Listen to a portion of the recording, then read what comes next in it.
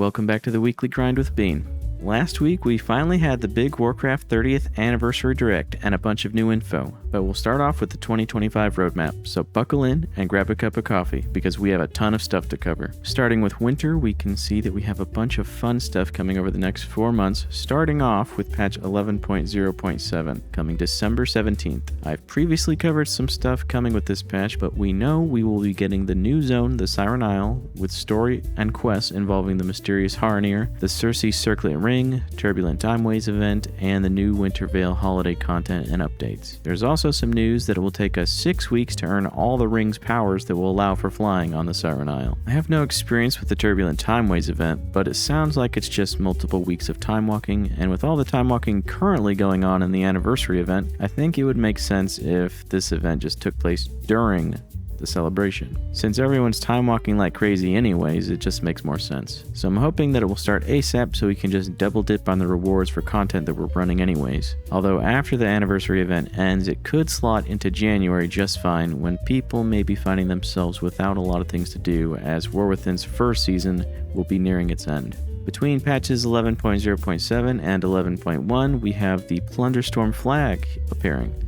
Earlier this year, when we first got to experience the new Battle Royale game mode, it lasted 6 weeks during Dragonflight Season 3, and it ended about 1 week into Dragonflight Season 4. I don't think it makes as much sense here with War Within Seasons 1 and 2, because Dragonflight Season 4 didn't really have a ton of stuff added, and was just kind of an awakened season where everyone continued playing the old dungeons, raids, and zones that we had been getting over the whole expansion. Whereas with War Within, there's going to be a new zone, there's going to be new things that everyone's trying to do, so they might not want to be jumping into Plunderstorm when they're kind of already busy exploring Undermine. So I think Plunderstorm would fit better entirely within War Within Season 1. My guess is probably around mid-January if it's going to last 6 weeks like the last time. But it could end up playing through both seasons like last time, and maybe it's just going to come out the same time each year. My guess for patch 11.1 is that it will probably be dropping around mid to late February, but with it we will be getting a new zone, raid, dungeon, new customizable mount, delves,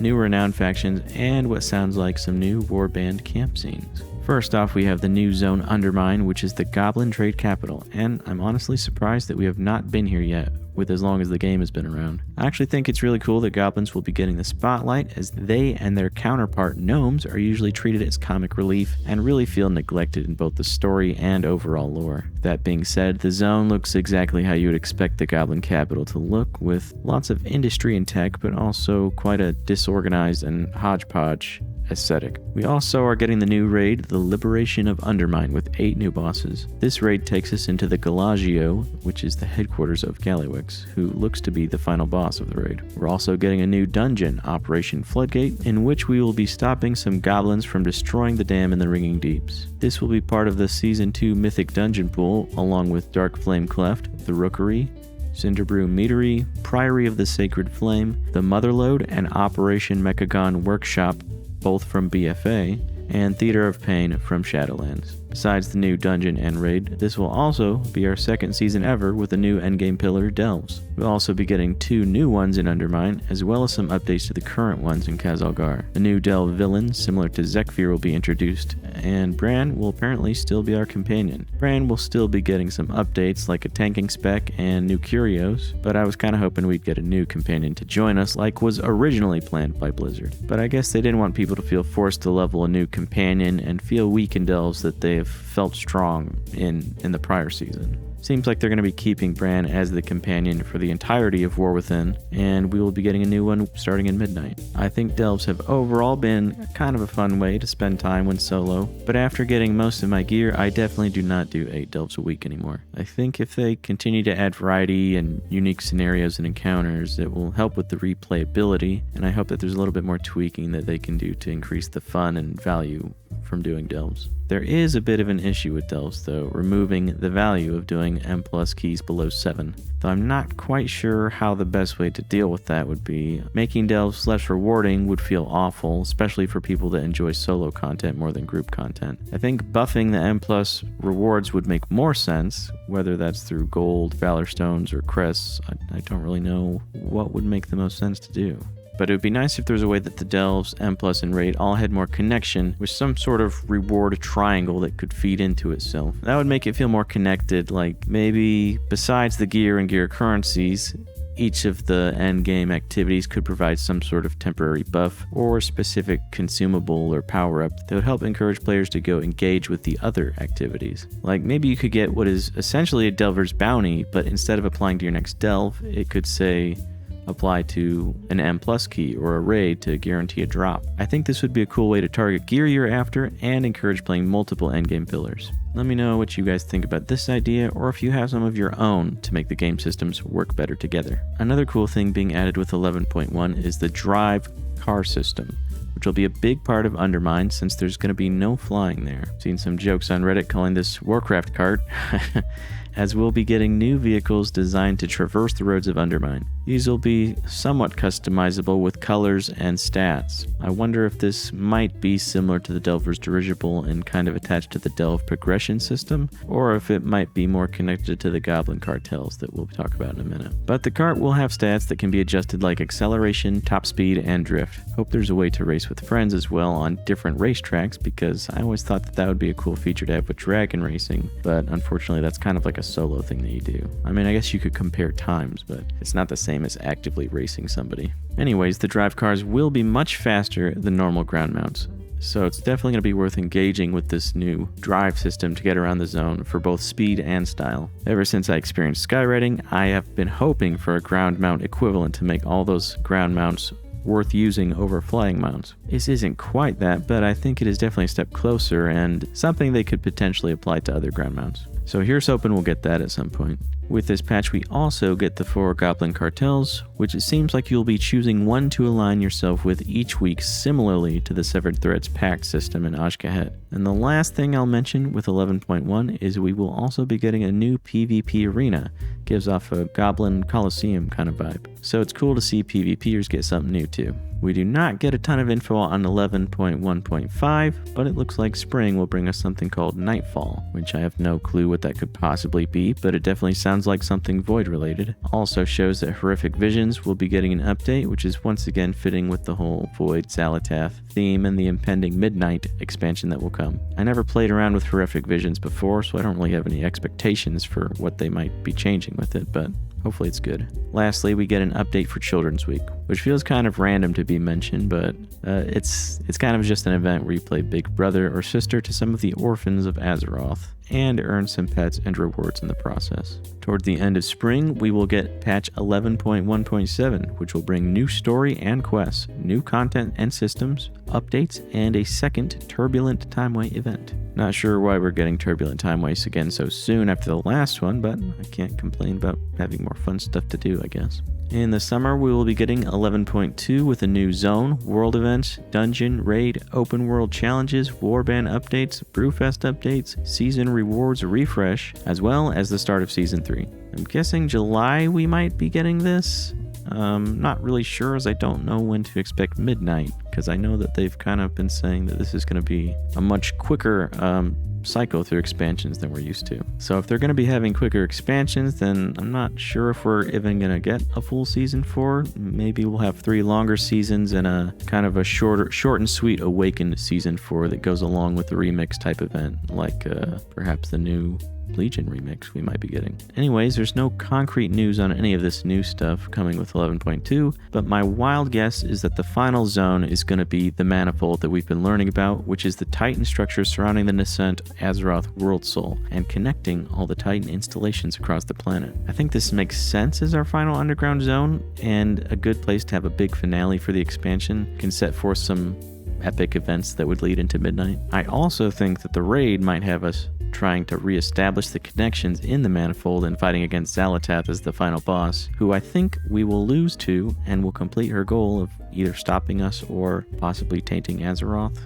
We'll see what happens. Besides that, more warband updates has got to be something good. Every feature of the warbands so far has been amazing, so I'm excited to see them continue developing the account-wide features they've been working on. It will also be interesting to see what they cook up with the season rewards refresh, something I've talked about before before with the What's My Role group when we used to do the podcast was maybe like a Battlepass type system. Now before you immediately cringe and grab the torch and pitchforks, I don't think that this would be a paid thing or even done in the same way as most passes have been done before. Many other games with seasons have players consistently earning rewards through a season, whereas WoW has kind of a few things that you get each season. I mean, I guess they're kind of bigger things like you'll get a title and a mount and that type of stuff. But they have recently tried something like this with the first iteration of Plunderstorm, which had a 40-track reward system that many kind of complained about actually, as the good rewards, of course, are at the end, and it was also a PvP event, so, of course, the PvE players and collectors felt forced to grind for the rewards. Based on their current plans to replace the linear reward track with Plunderstorm this time around, I think they're still kind of experimenting with the best way to keep players happy and engaged with the rewards. The Plunderstorm is allowing players to engage with the mode as much as they want and spend earned currency to target just the rewards they want, without needing to grind through a 100-tiered battle pass and getting tons of worthless stuff until you can reach the things you actually want. I always like more rewards, but something like this might just end up being more bloat and more currencies and more busy work instead of just focusing on the fun and, you get your rewards, but you're more focused on playing the game to have fun, right? So let me know what you guys think. What do you think is the best way that they could do seasonal rewards? And back to the roadmap, it looks like towards the end of summer, we will get our first look at Midnight, which I think is going to be our Empire Strikes Back part of the World Soul Saga. So I'm pretty pumped for the War Within to end badly, and Xal'atath completing her plan, and our champions of Azeroth suffering from some severe losses as the Void grasps on Azeroth Titans. In autumn through winter, we will get 11.2.5 and 11.2.7, which will feature new content and system updates, the WoW 21st anniversary, and new story and quests. And around that time, we'll probably be getting a new roadmap, I would assume. Maybe another direct. I don't know if they're going to kind of do it around the same time each year. We'll see. So we'll definitely be having much more details once we get there. And winter on this roadmap is where things were a little bit more mysterious, but at the same time, I think the community is all in agreement about what's to come. A strange and conveniently shaped Hearthstone was shown at the end of the roadmap that has since been replaced with a much more obvious WoW housing symbol, which I think they did to quell confusion and speculation where the team wanted to see hype. During the direct, we had a tease for the long overdue player housing feature coming to WoW, but it seemed to infer that we would be getting it in the Midnight expansion. According to the roadmap, though, we can expect it during winter.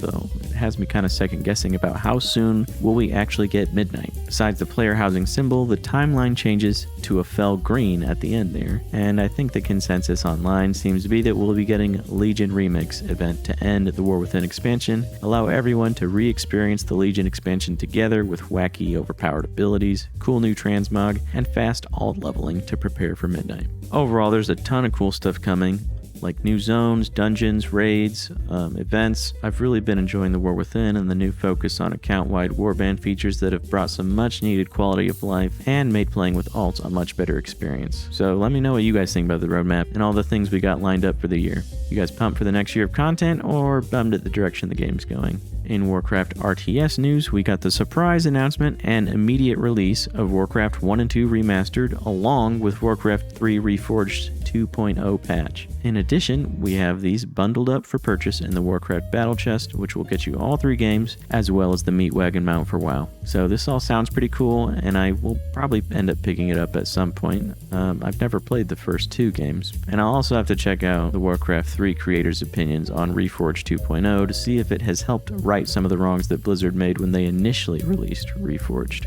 I have never covered Hearthstone before on this channel, but of course during the direct they celebrated 10 years of the Warcraft card game and announced that the next mini set would actually be a Starcraft crossover set. I'm no Hearthstone expert or purist, so I do think it's kind of cool that they're doing this crossover, although I don't think I would want the game to get too crazy like, we've seen with Magic the Gathering and some of their Universes Beyond crossovers, which I think are a little bit much at some points. I actually really enjoy card games like Magic and Yu-Gi-Oh! And stuff, but I haven't really played Hearthstone that much. Maybe this year I'll give it more of a shot. I could always play it on my phone whenever I got some free time, kind of see if I can get some value out of it. Warcraft Rumble celebrated its first year and announced split leaders and an upcoming PC beta starting on December 10th. I played this game maybe like 2 times when it first came out. It didn't really grab my attention though. I uninstalled and, it wasn't awful or anything. I just wasn't really feeling it. Let me know what you guys think.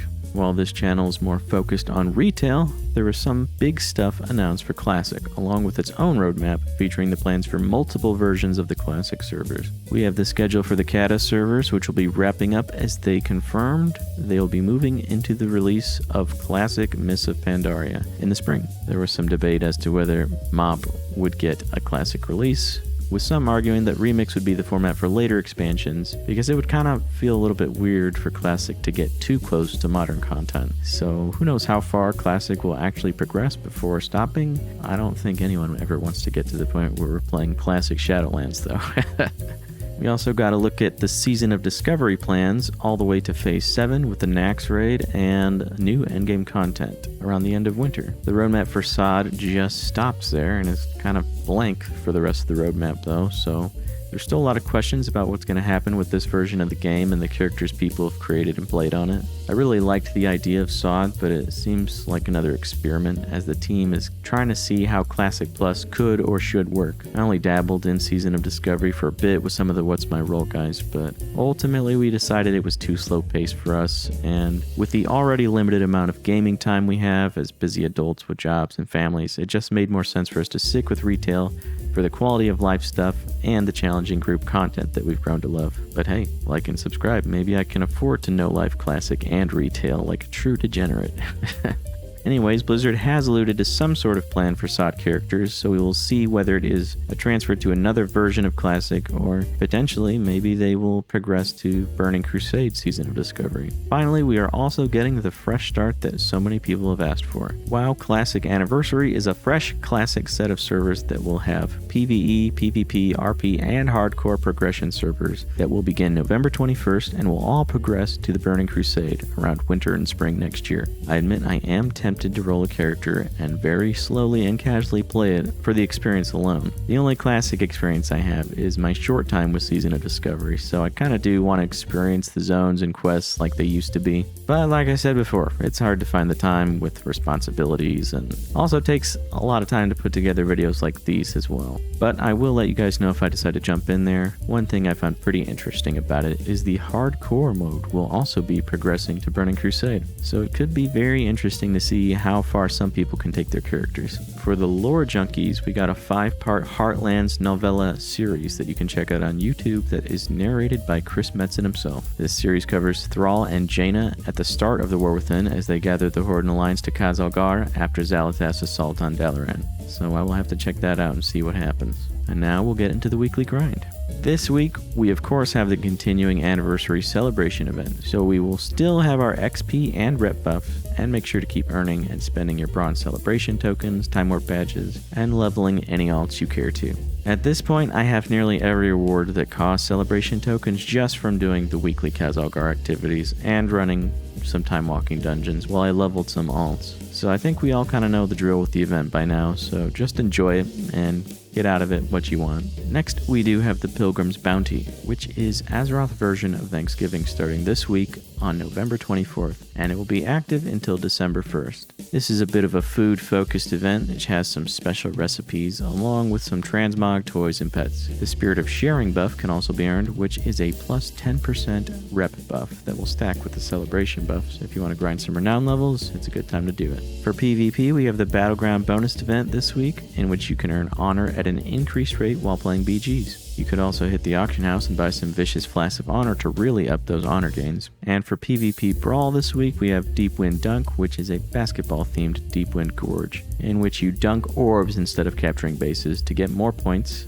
and you get more points by dunking from farther away. Finally, make sure to get whatever weekly chores done that are worth your time and still provide relevant rewards for you. And that's our weekly grind, everyone. Please like, comment, and subscribe. Check out the Patreon, and catch us live to hang out whenever we stream to help support the channel. Haven't had the stream up in a few weeks actually, but I should be getting a new green screen here soon, so I'll get it back up and running. Anyways, thanks for tuning in.